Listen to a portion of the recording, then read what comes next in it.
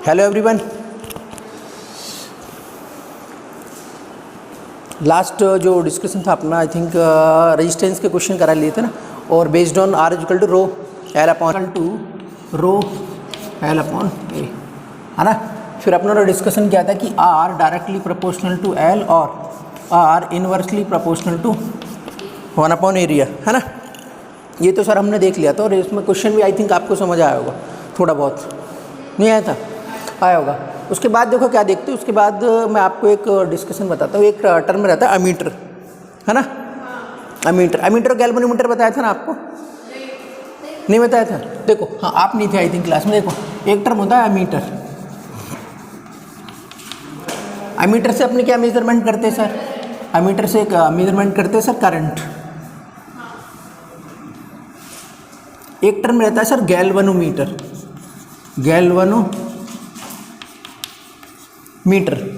Galvanometer से क्या measurement करते सर? हाँ बता। डायरेक्शन नहीं, with the help of galvanometer we can measure current also. Current measurement कर सकते हैं इससे भी, है नहीं। इससे भी क्या मेजरमेंट कर सकते हैं? करंट। अब आपके माइंड में एक क्वेश्चन आएगा कि सर जब हमारे पास अमीटर ऑलरेडी है तो गैल्वेनोमीटर की नीड क्यों पड़ी, है ना।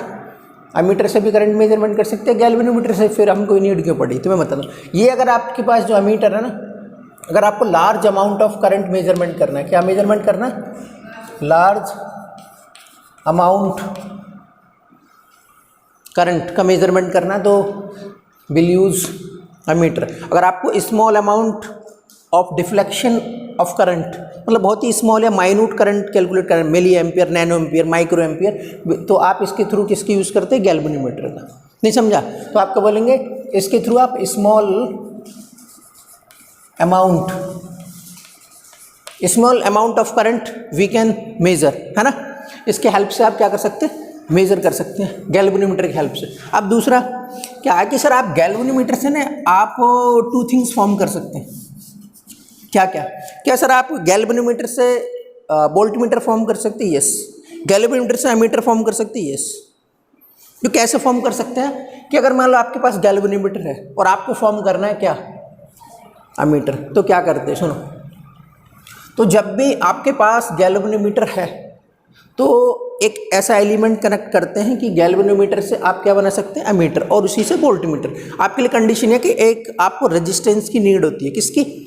एक रेजिस्टेंस की नीड होती है। अगर रेजिस्टेंस आप कनेक्ट कर देंगे तो गैल्वेनोमीटर क्या बन जाएगा? Ammeter, voltmeter. बट रेजिस्टेंस भी 2 कंडीशन में कनेक्ट करते हैं। कब? या either we connected in series और वी कनेक्टेड इन पैरेलल, ठीक है। तो वोल्टमीटर में अगर हम सर सीरीज में करते हैं या फिर अमीटर में सीरीज में करते हैं, किस में क्या करते हैं? एग्जाम में मोस्टली नीट में 2-3 टाइम्स रिपीट हुआ कि suppose you want galvanometer into voltmeter, the resistance connected in series with high value, series with low value, parallel with low value, parallel with high value. 4 option हो गए ना।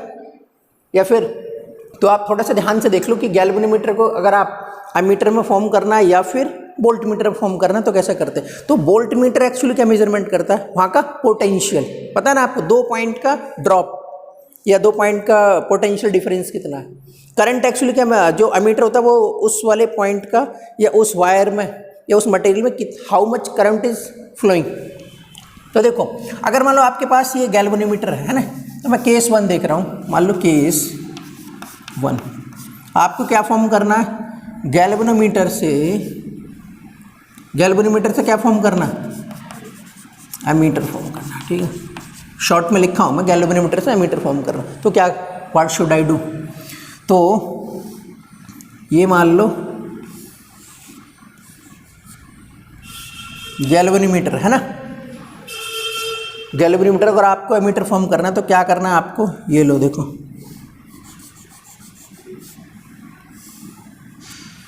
समझे क्या? ये galvanometer ना, गैल्वेनोमीटर के पैरेलल में क्या कनेक्टेड है? रेजिस्टेंस। इसका नेम सपोज आपने लिख दिया क्या? आर शंट भी बोल सकते हैं क्या? R shunt. Shunt is nothing but parallel, ठीक है। आपके एग्जाम में ऐसे आता है कि आर शंट रेजिस्टेंस कनेक्ट कर दिया। अब इसकी वैल्यू आपके अकॉर्डिंग क्या होनी चाहिए? एग्जाम में ऐसा आता है कि जो एक क्वेश्चन तो ये होगा गैल्वेनोमीटर से अमीटर फॉर्म करने के लिए रेजिस्टेंस सीरीज में कनेक्ट करते हैं किसके, गैल्वेनोमीटर की या पैरेलल में, तो आप बोलेंगे पैरेलल या फिर शंट में। फिर इसकी वैल्यू का क्वेश्चन आता है कि इस जो आपने रेजिस्टेंस कनेक्ट किया है उसकी वैल्यू कम होना चाहिए या ज़्यादा होना चाहिए। अब देखो इसकी वैल्यू क्या होना चाहिए सर, इसकी वैल्यू होती है लो। क्यों होती है अपन देखेंगे, है ना। इसकी वैल्यू क्या होती है सर, लो होती है। सर लो क्यों होती है, अगर मान लो कि यहाँ से सपोज क्या है करंट आ रहा है ना, यहाँ से करंट आ रहा है, अगर सपोज यहाँ से आपको वो 2 पाथ दिखेंगे, एक पाथ ये है दूसरा पाथ ये है ना, one path is there one path is also there ना, वन ऐसी है ना एट नोड है, तो एक करंट तो डायरेक्टली इसमें जाएगा दूसरा इसमें जाएगा। अगर सपोज इसकी वैल्यू लो होगी, क्या होगी, लो होगी, तो क्या होगा आपको पता है current always follow minimum path resistance, है ना। जिस पाथ का अगर उसके पास 2 ट्रैक है और एक का रेजिस्टेंस कम है और एक का ज़्यादा है, तो जिस पाथ का रेजिस्टेंस कम होता है करंट उसमें मैक्सिमम जाता है। नहीं समझा, मतलब करंट क्या होता है बाईपास होगा, जिस पाथ का रेजिस्टेंस मिनिमम होता है उसमें करंट ज़्यादा फ्लो होता है। और ये किसकी फंक्शनैलिटी होती है रेजिस्टेंस की, क्या होती है, to resist the flow of electricity, मतलब रेजिस्टेंस की वैल्यू ज़्यादा होगी उसमें उतना ही कम करंट होगा। तो मैंने क्या लिखा, इसकी वैल्यू लो, तो मैक्सिमम करंट कहाँ से बाईपास हो जाएगा सर, ऐसा बाईपास होगा, ये लो सर, समझे क्या, मतलब टोटल करंट इसमें नहीं जाएगा। अदरवाइज जो हाई अमाउंट ऑफ करंट किस में जाएगा, गैल्वेनोमीटर में जाएगा और गैल्वेनोमीटर बर्न हो जाएगा। नहीं समझा, अगर टोटल करंट इसमें चला गया ना तो गैल्वेनोमीटर को जो है वर्न हो जाता है। इसलिए हमेशा गैल्वेनोमीटर से जब भी अमीटर फॉर्म करना है तो पैरेलल में लो वैल्यू का रेजिस्टेंस कनेक्ट करते हैं, दैट्स इट। आपको समझ आया। दूसरा, अगर आपको ये था केस गैल्वेनोमीटर से एमीटर, अगर मेरे को सपोज फॉर्म करना है कि case two we want galvanometer to voltmeter, galvanometer to voltmeter, फिर आप क्वेश्चन देखना है ना, गैल्वेनोमीटर से वोल्टमीटर फॉर्म करना है तो क्या करना पड़ेगा sir, this is the suppose galvanometer, G is nothing but galvanometer, तो क्या करना है सर, इसके सीरीज में ये क्या है रेजिस्टेंस कनेक्ट किया, तो सीरीज में देखो यहाँ पर लिखा आर शंट, यहाँ पर लिखा मैंने क्या आर सीरीज, आर सीरीज। अब देखो वोल्टेज ड्रॉप एक्चुअली किस पर डिपेंड करता है, रेजिस्टेंस पर डिपेंड करता है ना। अगर कहीं पर वोल्टेज ज़्यादा चाहिए तो आपको क्या करना पड़ेगा, V इक्वल टू क्या होता है I R, V equal to क्या होता है सर। अगर इसमें करंट तो फिक्स होगा, करंट फिक्स है, अगर आपको वोल्टेज ज़्यादा चाहिए तो आपको क्या करना पड़ेगा, ड्रॉप ज़्यादा चाहिए तो रेजिस्टेंस की वैल्यू क्या होनी चाहिए हाई।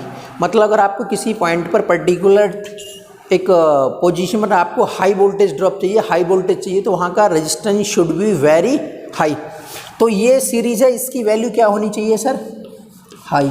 सर हाई होने से क्या होगा, हाई होने से ये होगा बेनिफिट कि मैक्सिमम वोल्टेज ड्रॉप होगा ना across this we can measure, ज़्यादा से ज़्यादा वोल्टेज को मेजर कर सकते हैं आप। और वोल्टमीटर आप फॉर्म कर रहे हैं ना, अगर आप गैल्वेनोमीटर से वोल्टमीटर बना रहे हैं तो हमारी प्रायोरिटी क्या रहेगी कि we want maximum voltage drop we can measure generally.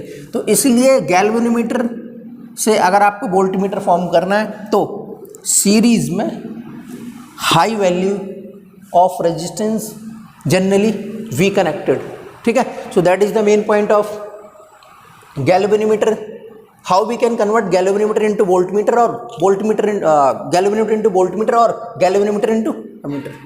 Note it down.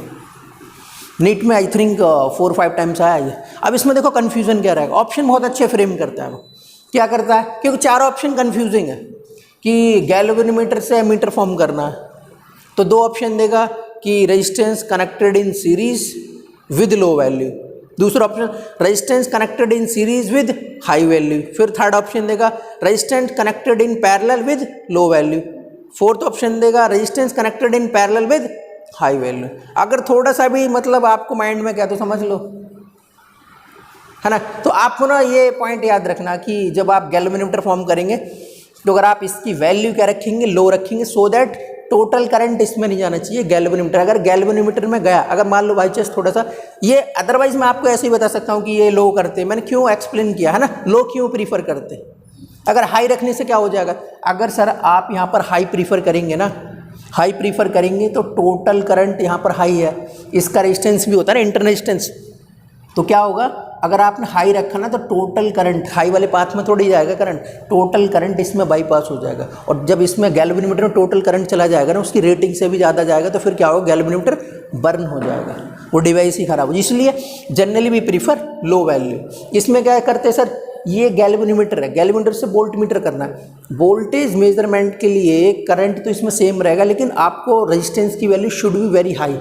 जितना ज़्यादा ये लिखा, जितना ज़्यादा रेजिस्टेंस होगा वहाँ पर उतना ही ज़्यादा वोल्टेज वी कैन मेजर, नहीं समझे क्या, उतना ही ज़्यादा ड्रॉप होगा। इसलिए सीरीज़ में कनेक्ट करते हैं, उसकी वैल्यू क्या रखते हैं, हाई।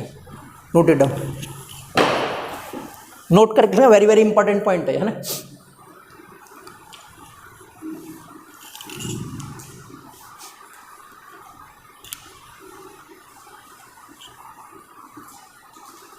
नहीं समझा, देखो विद इन 2 मिनट आप, मैंने इसको एंड कर दिया। आपको इम्पोर्टेंट ये नहीं कि सर ये अभी आपको समझ आया, मतलब इसको माइंड में कैरी करके एग्जाम में रिफ्लेक्ट होना चाहिए। और रिफ्लेक्ट कब, अगर आप अंडरस्टैंडिंग के पॉइंट ऑफ व्यू से अगर आपने इसको समझा होगा, अगर आप इसको बाय हार्ट कर लेंगे, है ना, अगर आप इसको बाय हार्ट कर लेंगे, बाय हार्ट कर लेंगे तो फिर आपको after few minutes I will handle Wheatstone bridge.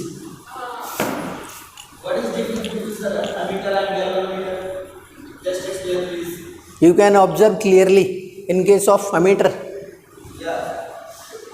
Come to near the.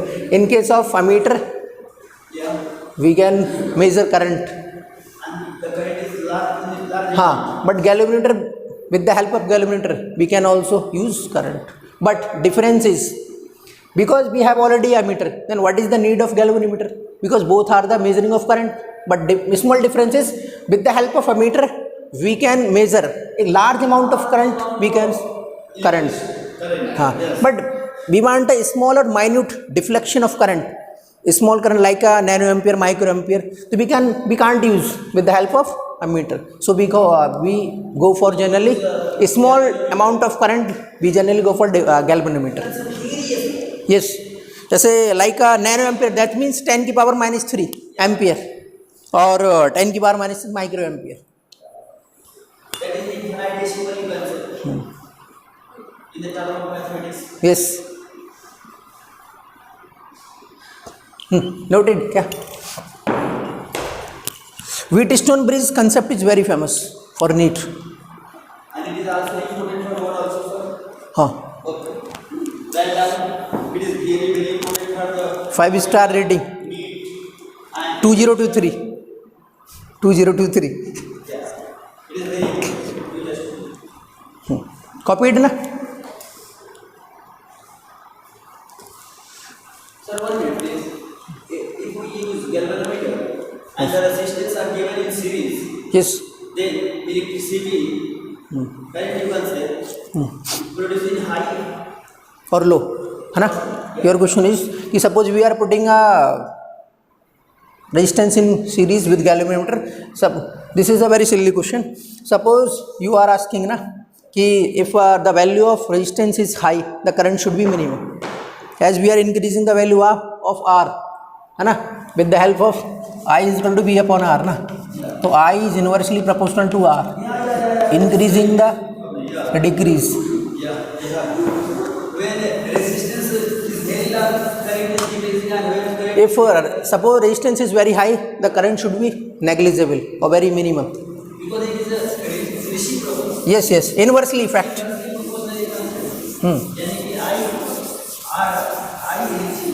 Inversely proportional to R. Inversely proportional to R.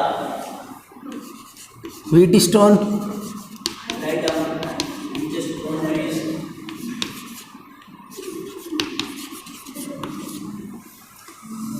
Wheatstone bridge.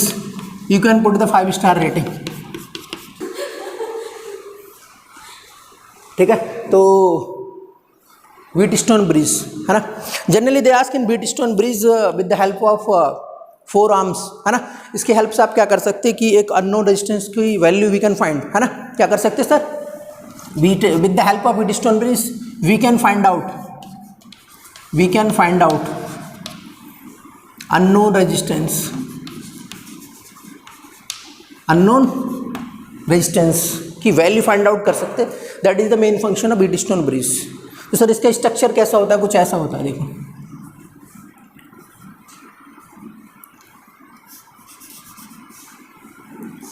This diagram is look like this.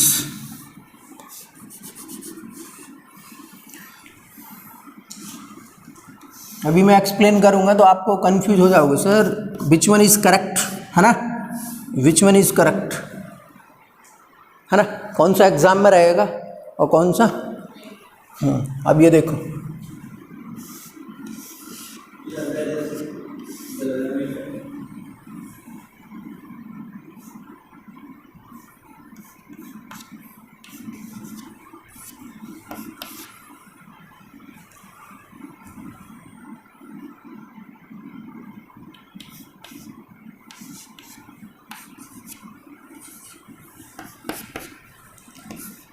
है ना, hair they given 4 resistance, है ना, 4 resistance connected and in this R D to B 1 galvanometer is there ना।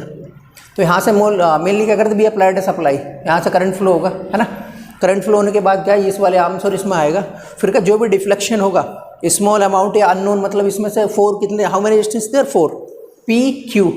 मैंने ऐसा directly put कर दिया कि इस वाले रेजिस्टेंस की वैल्यू P है, इस वाले रेजिस्टेंस की वैल्यू क्या है Q, और इस वाले रेजिस्टेंस की वैल्यू क्या है S, और इस वाले रेजिस्टेंस की वैल्यू क्या R। तो इसमें क्या है ना, गैल्वेनोमीटर के थ्रू आप जो भी डिफ्लेक्शन आएगा वो मेजरमेंट कर लेगा, है ना। गैल्वेनोमीटर भी बताया ना आपको क्या करता है कि सर जो आपको स्मॉल अमाउंट ऑफ करंट का डिफ्लेक्शन होता है उसको मेजरमेंट करता है। तो ये तो सर करेक्ट डायग्राम है। कभी कभी ऐसे आ जाता है एग्जाम का, in which of the following is the correct representation of Wheatstone bridge. तो मैं आपको बताता हूँ कि करेक्ट रिप्रेजेंटेशन एक तो ये है, और दूसरा इनकरेक्ट कैसा फॉर्म होता है। एक चीज़ नोटिस करेंगे आप, देखो मैं एक ड्रॉ कर रहा हूँ डायग्राम, अगर आप देखेंगे तो ये लो,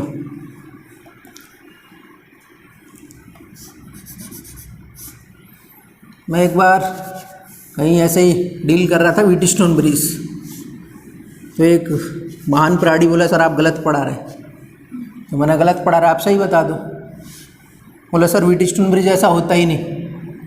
तो मैंने बोला आपने गलत पढ़ रखा है, यहाँ भी पढ़ा है और उसको नहीं पता, है नहीं, ठीक है।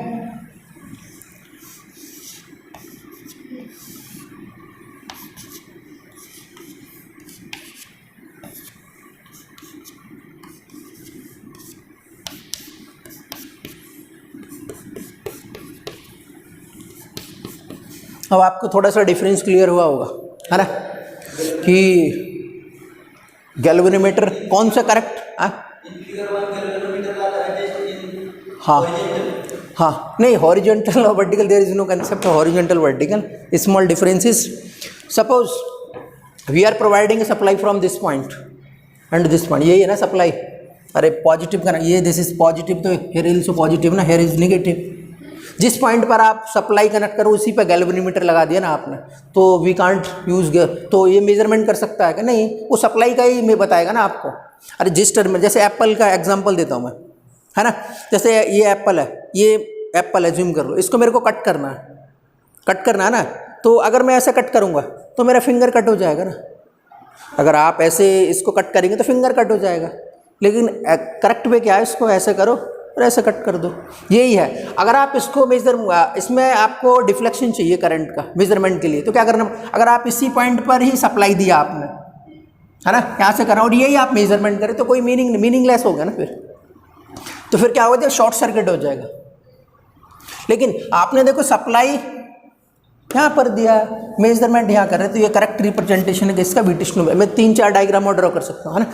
तो कभी क्या करूँगा, इसका अभी जो सप्लाई यहाँ दिया ना मैंने, अब की सप्लाई में यहाँ भी दे सकता हूँ, फिर इसको ऐसा कनेक्ट कर सकता हूँ। तो आपको माइंड में क्या रखना कि सप्लाई और गैल्वेनोमीटर का जो क्या होना चाहिए, अरेंजमेंट होना चाहिए, शुड बी डिफरेंट। जिस पर आपने सप्लाई प्रोवाइड किया उसी पर गैल्वेनोमीटर कनेक्ट नहीं करते, अदरवाइज वो क्या मेजरमेंट करेगा, ये सप्लाई को मेजरमेंट करते हैं और there is no deflection is there. समझ आया ना? तो this is the correct representation of Wheatstone bridge. अब one and foremost thing is कि what is the condition of balance condition. अगर सपोज कोई व्हीटस्टोन ब्रिज ना बैलेंस कंडीशन है और नीट में आज तक जो मैं क्वेश्चन फ्रेम किया अभी देखा 99% क्वेश्चन एग्जाम में यही आता है कि बैलेंस होने की कंडीशन पर ही आता है कि अगर सपोज कोई व्हीटस्टोन ब्रिज बैलेंस है तो क्या कंडीशन होनी चाहिए। तो देखो एक आर्म ये है आर्म A to D, इसका जस्ट अपोजिट आर्म्स क्या है B to C। तो बैलेंस होने के लिए कंडीशन होती है कि जो product of opposite arm should be equal. That means इसका ये वाला आर्म दिख रहा है ना आपको A to D, एक आर्म C है, दूसरा आर्म्स क्या है B to C। इन दोनों का प्रोडक्ट करो P R should be always equal to A B। इसका अपोजिट आर्म्स क्या है ये। तो आप क्या बोलेंगे balance condition, balanced condition for Wheatstone bridge.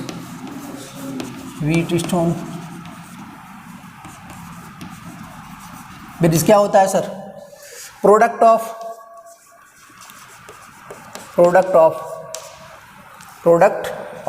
Opposite arms, opposite arm should be equal. अब भी हो सकता है आपके एग्जाम में मैंने तो PQRST लिख दिया ना, किसी ने यहाँ पर P लिखा हो यहाँ Q लिखा हो तो डोंट वरी फॉर दैट, है ना। ABCD कुछ भी लिख सकता है ना, मान लो P यहाँ पे लिखा Q ऐसा, वो कुछ भी बुक में तो आई थिंक डिफरेंट ही होगा, है ना। मैं तो एक जनरल डिस्कशन ले लिया। तो आपको क्या करना, दोनों का प्रोडक्ट देख लेना, जो इक्वल है तो बैलेंस है। अब आप देखो मैं क्या बोलूँगा कि इसका प्रोडक्ट ये, अपोजिट आर्म्स का प्रोडक्ट लेना, सेम का नहीं लेना। इसका अपोजिट क्या है ये, तो आप लिखेंगे PR equal to what QS। This is the balance condition of Wheatstone bridge और this condition can also be written as in your book. और आपके जो स्टैंडर्ड बुक में ना ऐसा लिखा होगा, कैसे सर, P/R इजिकल टू, इसको ऐसे लिख सकते हैं P/Q is equal to S upon,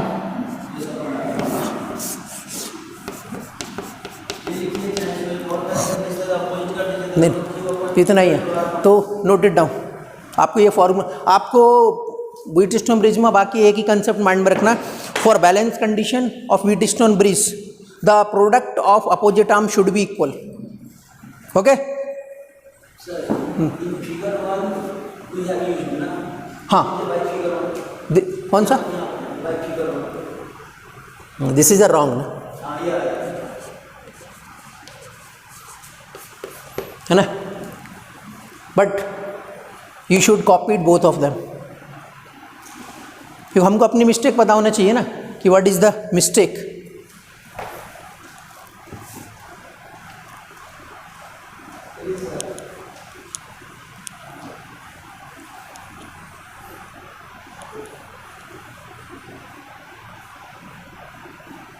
then copy होने के बाद मैं क्वेश्चन लेता हूँ, नीट का क्वेश्चन लेता हूँ मैं, ठीक है। एक क्वेश्चन लेता हूँ मैं नीट का।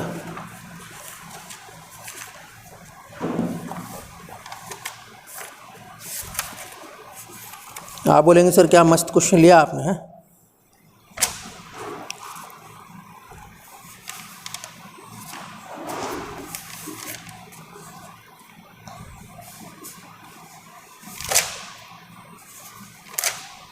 जो मैं आपको अभी डिस्कस किया ना,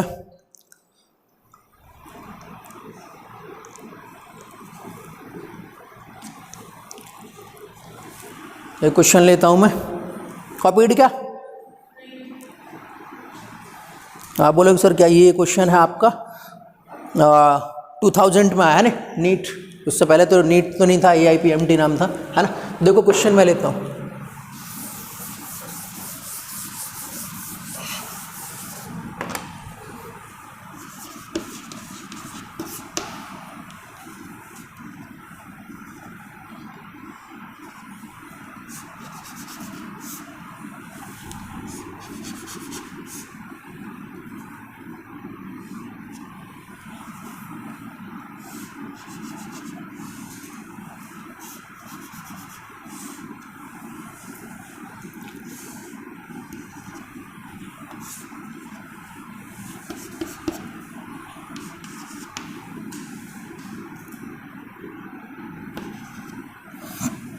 इसकी वैल्यू है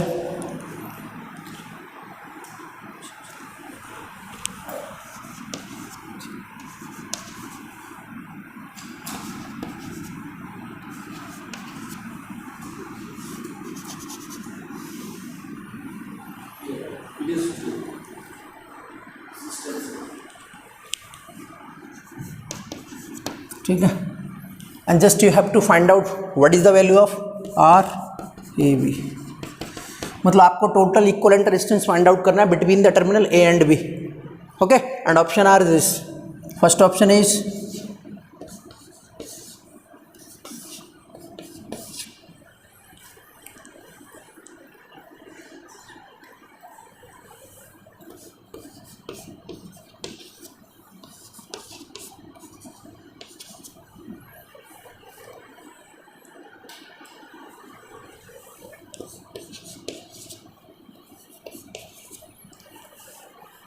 this is the question.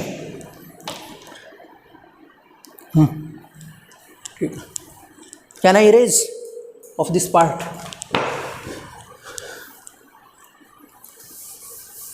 Suppose you want what is the value of R equivalent between the terminal, है ना। तो जब भी इस टाइप के सपोज इस टाइप के क्वेश्चन अगर आपको हैंडल करना है तो फर्स्ट आइडेंटिफाई क्या करते, this connection, first identify the connection कि which type of connection this is a series of parallel, है ना। सीरीज ऑफ पैरेलल पर आइडेंटिफाई कर लेते हैं।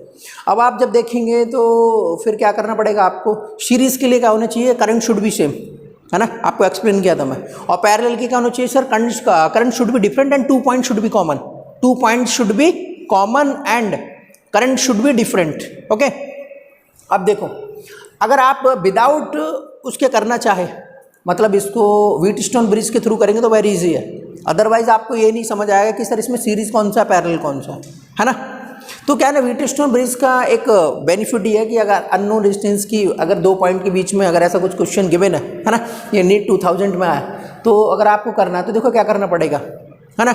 जब भी आपको ऐसा क्वेश्चन दिखे तो सबसे पहले ऐसा कुछ दिखा ना, और मिडिल में ऐसा कुछ दिखा, एक बार क्लिक करना व्हीटस्टोन ब्रिज। व्हीटस्टोन ब्रिज का कंसेप्ट क्या था कि the product of opposite arm should be equal, then 3 8 जा 24 और 4 6 जा 24, that means the product of opposite arm is equal, then if product of opposite arms is equal then we can neglect the this resistance.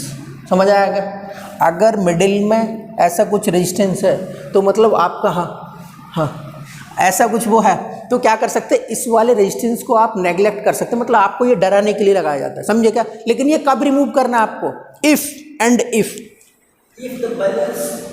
If the product of this opposite arms is equal, otherwise you can't eliminate this, otherwise आपको नहीं हटाना है इसको। और NEET में भी तो question है वो ऐसा आता कि इन दोनों का प्रोडक्ट इक्वल आता है। अब देखो मैं इसको रेज कर दिया, इधर देखो मैंने क्या किया, इसको रेज कर दिया, ये लो।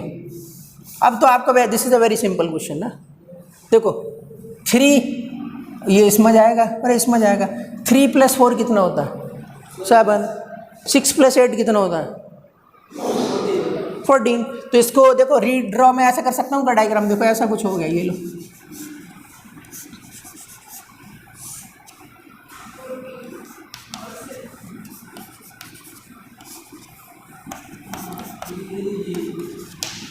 हो गया ना, अरे यही तो है, एक दो रेजिस्टेंस को रिमूव करके एक 7 ओम का लगा दिया मैं, because these are connected in series. 8 ohm का ये 6 ओम का ये, तो इन दोनों का घटाएगी 14। अब आपको दिख रहा होगा these are connected in series और पैरेलल। तो पैरेलल के केस में क्या करते सर, ऊपर दोनों मल्टीप्लाई नीचे एडिशन। तो अगर आपको आर ए बी कैलकुलेट करना है तो क्या होगा सर, 7 × 14/7 + 14, बताओ सॉल्व करके कितना आएगा, 98/21। अब इसको कट कर दो, ऑप्शन मैच करके देख लो कौन सा आएगा। ऑप्शन ए इज करेक्ट,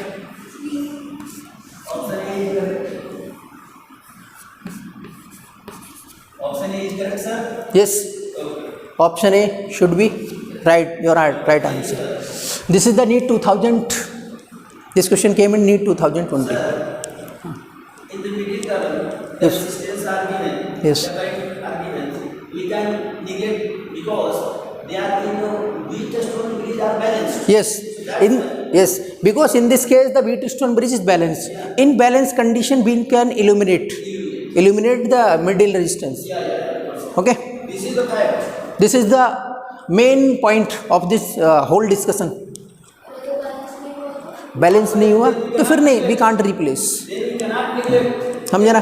फिर उसको दूसरा मेथड यूज़ होता है. मैं जो यूज़ करता हूँ स्टार डेल्टा कॉन्फ़िगरेशन यूज़ करता हूँ. और अभी तक आपके एग्जाम में अभी तक तो आया नहीं है ना, अभी तक तो आया नहीं आपके एग्जाम में, अभी तक तो ऐसा कोई डिस्कशन आया नहीं कि जिसमें बैलेंस ना हो. हाँ, जैसे आप पोस्ट ग्रेजुएट वगैरह करते तो उसमें दिखता है आपको, अदरवाइज नहीं दिखता. ठीक है. कैसे? तो आई थिंक, आई होप आपको समझ आया होगा ना व्हाट इज़ द. हाँ, थैंक यू थैंक यू.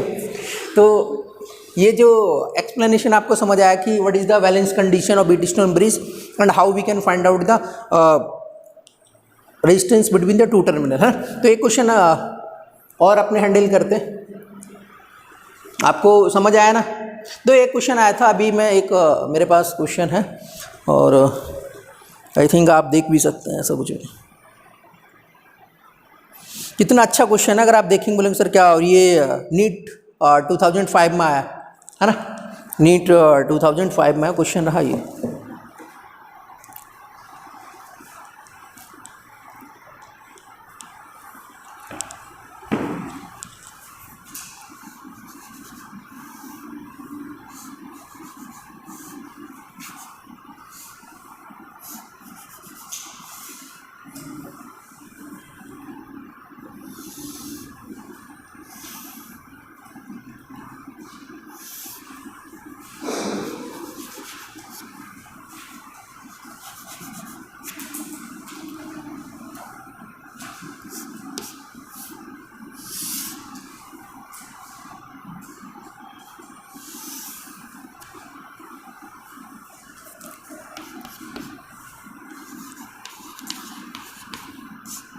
ये 2005 में आया था क्वेश्चन है ना. 2005 का the value are given they given है.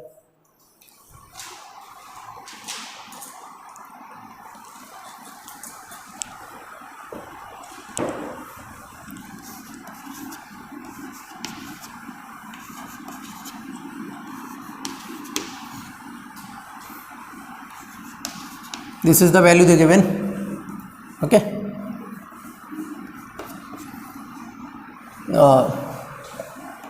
Suppose this is point A, B, C, and this is called D. Okay. And I think they given a supply voltage also. Supply voltage उन्होंने दिया था B. V voltage दिया था और आपसे current उसने बोला था कि करंट जो फ्लो हो रहा है वो कितना है I, और यहाँ पर कितना है V. आपको पता फाइंड आउट क्या करना था. हाँ, आपको फाइंड आउट करना what is the value of B है ना. और option they given like this. Option दूँ क्या? A, B, C and D. मतलब वन स्टेप थोड़ा फॉरवर्ड है ये. पहले आपको रेजिस्टेंस कैलकुलेट करना पड़ेगा है ना, उसके थ्रू कर सकते हो आप. तो पहले आप इसका टोटल रेजिस्टेंस बता दो मेरे को है ना. नहीं, इसमें पूछा था the value of current I है ना, the value of current I, the value of current I.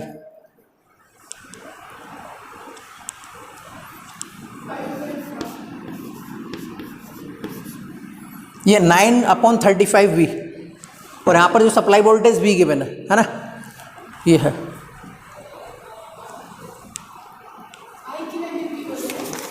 हाँ नहीं, आई की वैल्यू फाइंड आउट करना. हाँ, वो आपको फाइंड आउट करना. एक सेकेंड.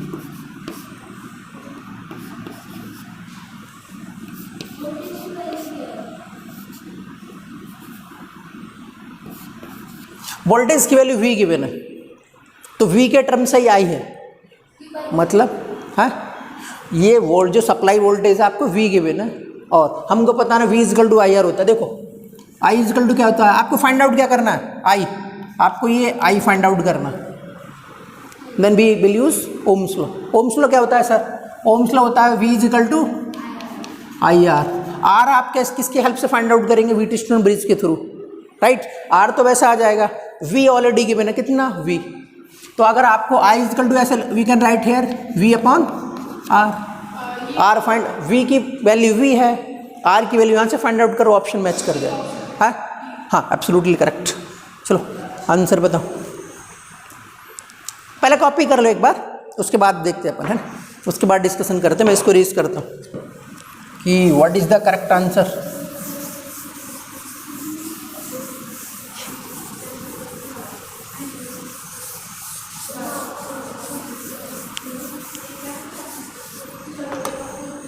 देखो अगर आप देखेंगे किया आपने, एक बार ट्राई करके देख लो, है ना।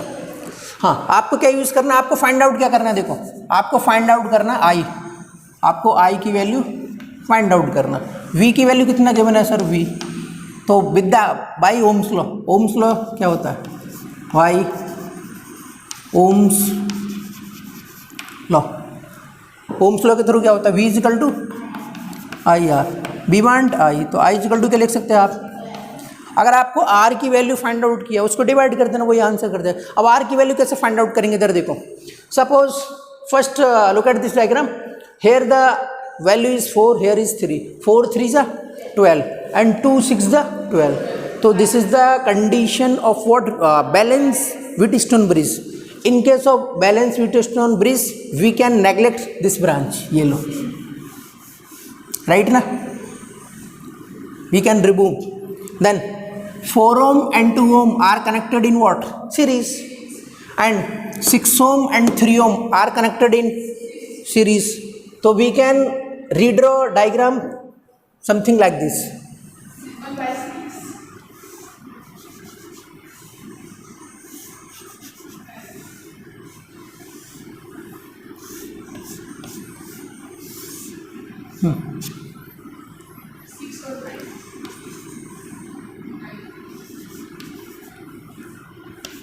And this is the value of B, है ना, the diagram should be like this, and 6 ohm and 9 ohm connected in what, parallel, so and having the both having the value different, तो first multiply, दोनों को क्या करना है, पहले multiply और नीचे दोनों को addition, the answer should be what,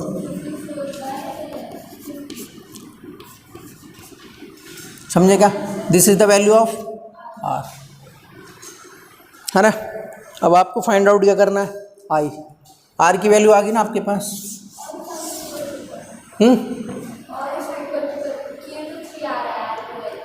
are की वैल्यू कितना, 3 कैसे आ जाएगा, 15 3 जा 45, 15 3 जा 45 ना, बट दिस इज द 54 ना, 45 कैसे आ जाएगा, देखो। तो जब आप इसको सॉल्व करेंगे तो देखो क्या आएगा सर, आई इजकल टू क्या होता है, V अपॉन आर, V की वैल्यू कितना है सर, V, R की वैल्यू कितना है सर, 54 अपॉन 15, तो ये ऊपर चला जाएगा ना सर, कल बताया ना डिस्कशन, ये ऊपर जाएगा तो क्या हो जाएगा सर, 15V अपॉन 54। अब एक्चुअली देखो क्या है ना, मैं इसको कट कर रहा हूँ, किससे, 3 से,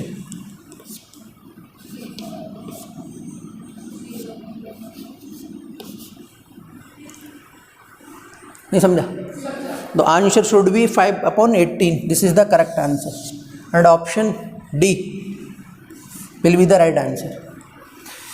इसमें आपको क्या पूछा था, एक बस कंसेप्ट व्हीटस्टोन ब्रिज का ही था, बट एक स्टेप फॉरवर्ड पूछा था कि what is the value of I in this diagram, तो generally we prefer Wheatstone bridge to find out the such type of question handle करने के लिए, है ना।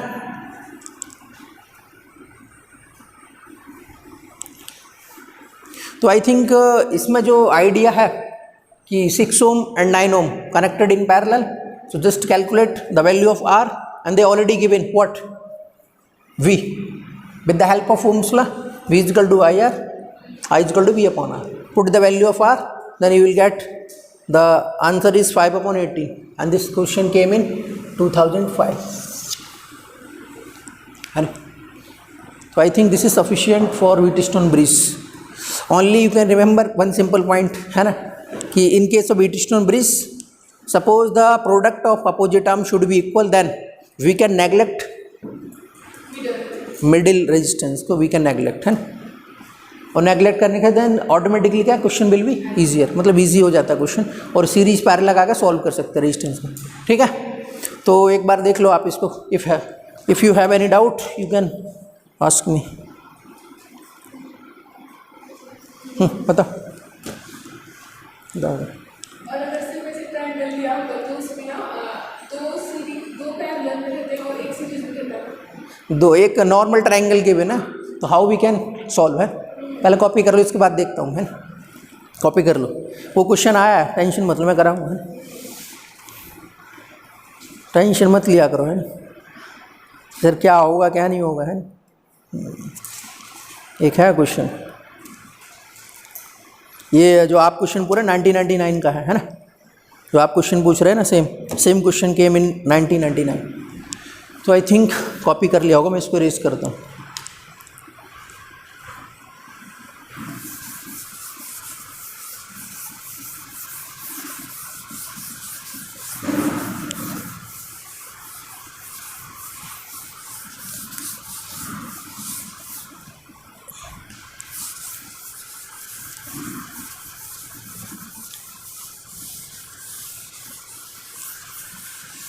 देखो एक क्वेश्चन ये था 1999 का है. क्वेश्चन इज दिस कि suppose they given a triangle और having the value of 3 ohm 6 ohm and 6 ohm. ये क्वेश्चन गिवन ना.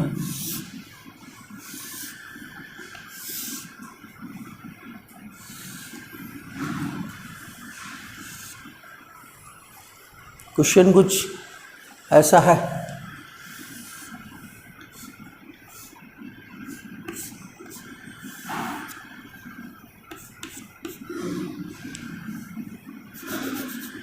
ये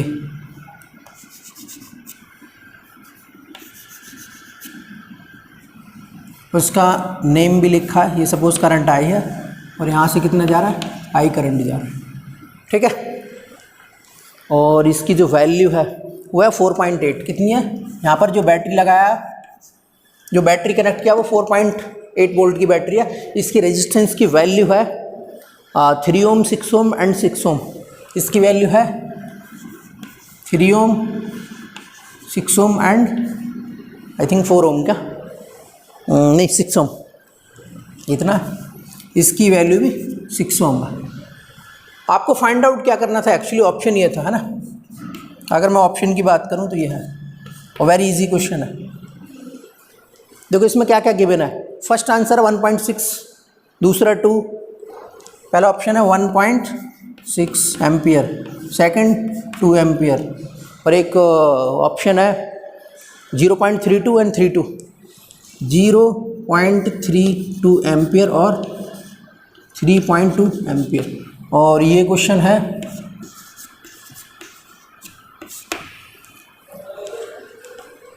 हाँ. देखो क्वेश्चन सिंपल है, आपको डरने की नीड नहीं है. एक्चुअली क्या, देखो मैं बताऊँ आपको क्या करना है. आपको फाइंड आउट क्या करना है बताओ. सर मैं तो यही तो नहीं पता. अब इतना तो आ ही रहा होगा सर, ये एम्पियर लिखा है ना. तो आपको फाइंड आउट क्या करना है, करंट की value. Just you have to calculate the value of I. Sir I find out करने के आपको गिवन क्या क्या है ये देखो, कॉपी बाद में करने के बाद देख लो. आपको करंट फाइंड आउट करना है. बैटरी कितना गिवन है यहाँ पर बताओ, 4.8. दैट मीन्स वोल्टेज लेवल आपको कितना गिवन है, 4.8. रेजिस्टेंस इसका कैलकुलेट कर सकते हैं आप इसमें व्हीटस्टोन ब्रिज का कंसेप्ट लगा सकते हैं. येस या नो, क्योंकि व्हीटस्टोन ब्रिज का कुछ लेने देना ही नहीं इसमें. 4 रेजिस्टेंस कहाँ, इसमें तो 3 है सर, 3 है ना. अब व्हीटस्टोन ब्रिज कब लगाते हैं, जब उसका प्रोडक्ट अपोजिट आर्म्स के इक्वल होता है, मिडिल वाले को नेग्लेक्ट कर देते हैं. इसमें तो सर टोटल तो 3 रेजिस्टेंस है. तो पहले क्या करो आप ना, आइडेंटिफाई कर लो कौन कौन सा रेजिस्टेंस सीरीज में, कौन सा which one is series and which one is parallel. तो देखो हमेशा क्वेश्चन को जो सॉल्व करते हैं ना, अच्छा स्मार्ट स्टूडेंट होता है, वो कहाँ से सॉल्व करता है, वो राइट साइड से करता है. इधर से आप आइडेंटिफाई कभी नहीं कर सकते है ना. तो देखो आइडेंटिफाई करने के लिए सबसे पहले क्या करो, आप करंट फ्लो करा के देखो. अगर करंट फ्लो हुआ, अगर सेम करंट जाएगा तो वो एलिमेंट क्या है, सीरीज। डिफरेंट करंट जाएगा तो क्या होगा, पैरेलल। अब ये वाला करंट देखो यहाँ पर आया, तो कुछ करंट इसमें डिवाइड हो गया, कुछ इसमें डिवाइड हो गया, है ना।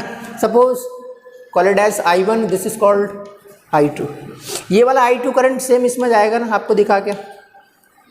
अरे ये वाला जो करंट आएगा 6 ohm and then 6 ohm, that means I2 here and here same, that means 6 ohm and 6 ohm connected in series. तो we can simply added 6 ohm and 6 ohm कितना होगा, हाउ मच, 12।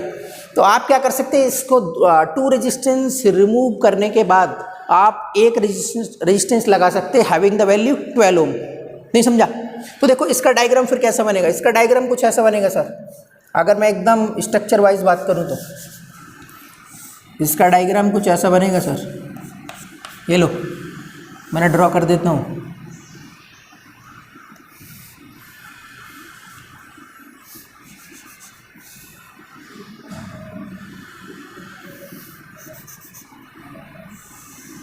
इसकी वैल्यू कितनी सर, 12 ओम। इसकी value कितनी है, अब भी आपको दिख रहा होगा कि 12 ohm and 3 ohm connected in what, parallel. नहीं दिखा क्या आपको सर, यही तो मेरे को आइडेंटिफाई करना नहीं आ रहा, पैरेलल कैसा होगा, है नहीं। तो थोड़ा सा वेट करो कि ये 12 ओम 3 ओम किस में कनेक्टेड है, पैरेलल। तो पैरेलल में क्या करते हैं सर, ऊपर दोनों का मल्टीप्लाई करते, नीचे एडिशन करते। तो अगर आप इस total resistance value find out करना चाहते तो कितना आएगा, इसकी वैल्यू आएगी सर 3 मल्टीप्लाई 12 अपॉन 3 प्लस 12, तो कितना हो गया 15। ये आएगा ना सर, मेरे को समझ ही नहीं है। इसको और क्या लिख सकते हैं बताओ,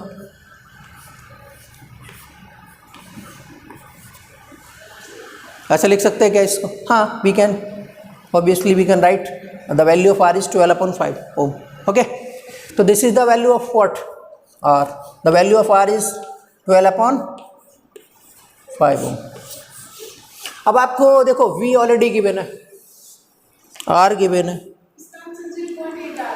ठीक है। तो आंसर कर दो sir, V is equal to क्या होता है, IR। I is equal to क्या होगा सर, V/R। V की वैल्यू कितना गिवन है सर, 4.8। R की वैल्यू कितना है सर, 12 अपॉन 5। 5 तो ऊपर जाएगा, जब ऊपर जाएगा तो फिर इसको क्या लिख सकते हैं आप, देखो 4.8 मल्टीप्लाई 5 अपॉन, ठीक है। अब इसको कैसे सॉल्व करेंगे बताओ,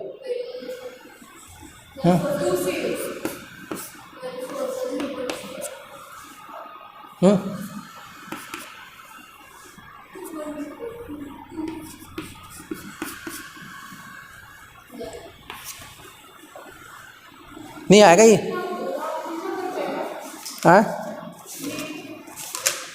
आंसर तो ये है ना। हाँ आई थिंक एक बार चेक कर लो आप, है नहीं।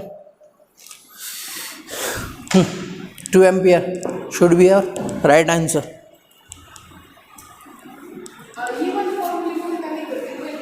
किसमें, अगर आप फॉर्मूला, अगर मैं बता, अगर आप क्या यूज़ करते 1/R is equal to 1/R1, फिर उसमें आपको रेसिप्रोकल लेना पड़ता है। लेकिन अगर आप ऐसा डायरेक्टली कर सकते हो, ऊपर दोनों का मल्टीप्लाई नीचे दोनों का एडिशन, तो वी कैन, ये क्या है थोड़ा सा फास्ट वे है, अदरवाइज उससे एक्चुअली है वही 2 स्टेप को रिड्यूस कर दिया तो ये बन गया।